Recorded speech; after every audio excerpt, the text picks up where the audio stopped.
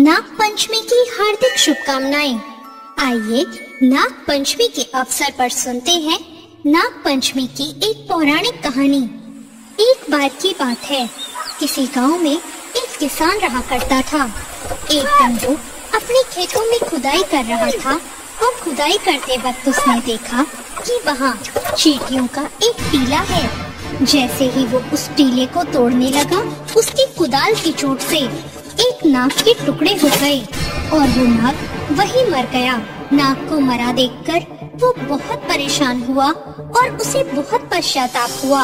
वो बहुत दुखी होकर सोचने लगा कि उससे बहुत बड़ा पाप हो गया, लेकिन अब क्या था, जो हो गया सो हो गया।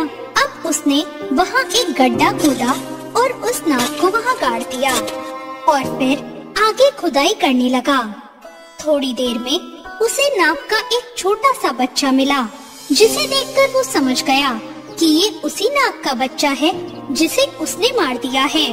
अब उसे उस बच्चे पर बहुत दया आई और वो उसे अपने साथ अपने घर ले आया। अब किसान और उसकी पत्नी उस नाग के बच्चे का अपने बच्चे की तरह पालन पोषण करने लगे। शाम के समय जब नागिन उस टीले पर आई तो उसने खून देखा। खून देखकर वो समझ गई कि किसान ने मेरे नाग को मार डाला है और अब अपने बच्चे को भी वहाँ ना देखकर उसे लगा कि उसका बच्चा भी मर गया है। अब वो बहुत दुखी हुई और उसने निश्चय किया कि अब वो किसान और उसके घर में किसी को नहीं छोड़ेगी। अब जब अगले दिन किसान खेत पर आया तो वो नागिन छुपकर बैठ गई और किसान पर नजर रखने लगी। किसान जब घर जाने लगा तो नागिन भी उसके पीछे चल दी और उसके घर में घुसने का रास्ता खोजने लगी।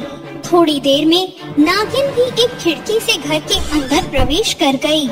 वहाँ उसने देखा कि किसान का छोटा सा बच्चा पालने में झूल रहा है। मौका पाकर नागिन ने पालने में झूल रहे बच्चे को डस लिया और वहाँ से जाने लगी। नागिन को किसान ने जाते हुए देख लिया और वो समझ गया कि ये वही नागिन है जिसके पति की मृत्यु उसके हाथों हुई है। किसान और उसकी पत्नी दौड़ते हुए अंदर गए तो उन्होंने देखा कि उनका बच्चा मृत पड़ा था। उसका सारा शरीर नीला हो गया था। वो दोनों अपने बच्चे को मरा हुआ देखकर विलाप करने लगे और सोचने लगे कि ये तो हमारे पाप कर्मों का ही दंड है। किसान ने सोचा कि नागिन ने अपना बदला पूरा कर लिया, लेकिन नागिन सोच रही थी कि किसान को डसकर अपना बदला पूरा करूंगी।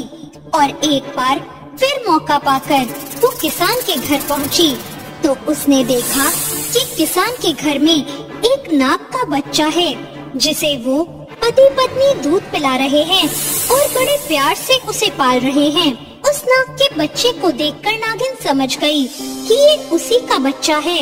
नागिन को वहाँ अपना बच्चा देखकर बहुत आश्चर्य हुआ। अब वो उसके घर के सामने एक पेड़ की ओट में छुपकर किसान और उसकी पत्नी पर नजर रखने लगी। अब नागिन वहाँ रहकर देख रही थी कि कैसे किसान और उसकी पत्नी उसके बच्चे को अपने बच्चे की तरह पाल रहे हैं। ये देखकर नागिन के मन में किसान के बच्चे को मारने का बहुत पश्चाताप हुआ और वो सोचने लगी कि ये दोनों तो बहुत दयालु हैं, बहुत धर्मात्मा हैं, मेरे बच्चे की देखभाल भी कर रहे हैं और मैंने इनके बच्चे को मार दिया। ऐसा सोचते हुए वो भगवान शिव के मंदिर में पहुंची और भोलेनाथ की परिक्रमा करने लगी। वो एक इच्छाधारी नागिन थी। भोलेनाथ उसकी परिक्रमा से प्रसन्न हो गए। भोलेनाथ ने कहा, कहो तुम क्या चाहती हो? नागिन बोली, हे भोलेनाथ, मुझसे बहुत बड़ी भूल हो गई। मैंने किसान के बच्चे को डस लिया और इससे उसकी मृत्यु हो गई, जबकि किसान और उसकी पत्नी मेरे बच्चे को बहुत प्रेम पूर्वक पाल रहे हैं और उसका भरण पोषण कर रहे हैं। मैं चाहती हूँ कि किसान को पुत्र की प्राप्ति हो। नागिन की ये इच्छा भोलेनाथ ने स्वीकार कर ली। कुछ समय के बाद एक दिन बहुत जोरों की वर्षा हुई और तभी एक व्यक्ति किसान के घर का दरवाजा खटखटाने लगा। किसान ने दरवाजा खोला तो तो वो व्यक्ति बोला, भैया ये मेरा पुत्र है, इसे अपने पास छुपा लो। मेरे पीछे कुछ डाकू पड़े हैं, उन्होंने मेरा सारा धन लूट लिया। अब वो हम दोनों को मार देंगे। यदि मैं वापस ना लौटूं, तो मेरे पुत्र का लालन पालन अपने पुत्र की तरह करना। ऐसा कहकर वो व्यक्ति अपने छोटे से बच्चे को किसान को देकर वहाँ से चला गया। किसान को तो कुछ समझ नहीं आया, लेकिन किसान और उसकी पत्नी उस बच्चे का लालन पालन अपने पुत्र की तरह करने लगे। वो नागिन किसान के घर के बाहर ही एक पेड़ के नीचे अपना बिल बनाकर रहने लगी। किसान और उसकी पत्नी को अपना बच्चा पालते हुए देखकर वो नागिन बहुत खुश होती। एक दिन उस नागिन ने एक औरत का रूप धारण कर लिया और किसान के पास जाकर बोली, हे भले मनुष्य, ये लो, ये एक नागमणि है, इसे अपने पास रख लो। नाग के जिस बच्चे को तुम पाल रहे हो, ये उसके पिता की निशानी है। यदि कभी किसी इंसान को कोई सांप काट ले, तो इस नागमणि को उस पर लगा देना, इससे वो तुरंत ही ठीक हो जाएगा और सारा जहर खत्म हो जाएगा।